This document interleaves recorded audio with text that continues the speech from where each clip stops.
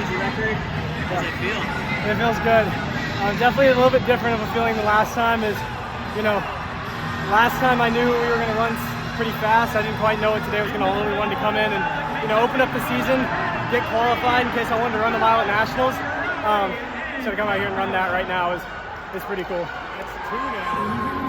Does that really open up the door to maybe run another event, trying to know stuff like that? I mean, the only one I could see myself as is not just me. It'd be a team effort in the DMR. We'll come back here in a few weeks and just go try to qualify. And similar to the mindset going into these past few races, if we go out there, we run hard enough, we qualify. If we get it, we get it.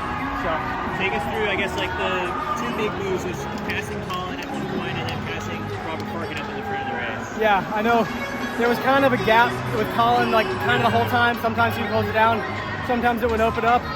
So honestly, I think I made a few too many moves, like debating on whether to go around him. I should have just made one decisive move to go around him and stay there. But instead I was kind of bouncing around, coming up on his shoulder, hopping back in, coming up on his shoulder. So I think, I make one decisive move, get up in front behind Fog. I think I can run a little bit faster. So. But you said going in, your mindset's just to get qualified for NCAAs. It's not targeting a collegiate record at all? No, I mean, I like, there's been some collegiate record talks. And for the 3K, I was like, oh yeah, we're going to do that. And this one, I was like, I don't know if I'm ready to do that. So no, this time definitely was not try to come and get the collegiate record, but the 2 pros up front obviously wanted the world standard, and so they weren't going to let it go slow. So I just hung tough and just tried to win the race today. I think, what was it, 352? Oh yeah, I'm not surprised. One of my teammates, Joe, he showed me the results, and I was like, that's pretty fast. I think that's probably about what we're going to run today. But yeah, I didn't expect them to be that fast through 800, 1200 meters. Anything special in training, I guess, since the 3K? You took a little bit of a break. Yeah, I took about a week off. Had a little hiccup up through my build over the winter break. But I've had a really good last month of training. Not too much specificity. One workout last week where we got down to, I think I ran 69 for a 500. But the rest is just longer threshold stuff, hills, and then we do sprint a little bit on Mondays sometimes. But not enough specificity that I thought I could do that today.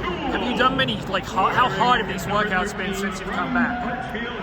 I probably only had one that I was like, that was rough. We did the hit workout, we did some 500s, some hills beforehand to just load it. That was pretty tough, but everything else it's been pretty easy aerobic. And just get in, get out, get the work done, get out. And midway through the race, you said you were behind Colin Solomon, and you could have just stuck behind him and qualified, I'm sure, for NCAAs. Is there a switch in your brain that flips I got to go win this, or what's going through your mind there? Yeah, I think once the gap opened a little too much for my liking, I just made the decision I'm going to go around him. And then once I went around him and I caught back up to those guys, I was like, well, I'm here. And the whole point of this race was to come try to win. So and then I was there, and it just, eventually I just stayed there. About 150 to go, I felt good enough that I was like, I think I can go. So how's the feeling compared to breaking the 3K record? It's definitely different. I think I was a lot more happy after the 3K, just because that was a finish to almost a perfect season for me. And this time is kind of kicking off the season. So, I'm obviously super happy, and it's not something I quite expected today, but no, I think the 3K was just a little bit more special. Yeah. Obviously, one of the times you're running, Grand Blanks went pro in December. Yeah. You obviously have your focus on the NCAA season, but how do you start thinking about that in the next, 6-8 months? Yeah, I've talked about this with Coach Milt a lot, because I feel like you can get super bogged down and super tired if you're always thinking about what the next steps are. So I think it's thinking of it in little spurts, like over Christmas break. I had about a month where I wasn't racing, I wasn't at school, where I can think about those next steps. And so for this, I have 3 months now where I'm going to be racing. It's not something I really am thinking about at all. And then I'll have a little break after indoor where I can think about that stuff.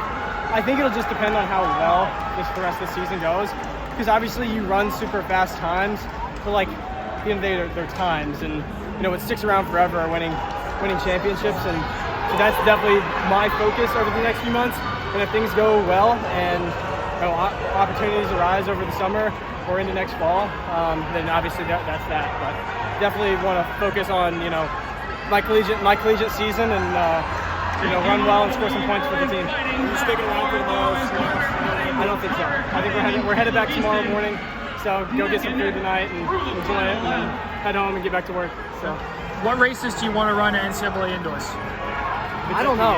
Yeah. This opens up so many more opportunities because like after the 1500 last year, it's like, all right, I got beat by 4 collegiates in the Olympic trials final. I was 9th in the 1500, so it's like, maybe I do need to take a step up and focus on the 3K 1500 or 3K DMR, and now the mile's an option. So I don't really know, but whatever I'd say whatever combination we can score the most points. So Okay. Congratulations.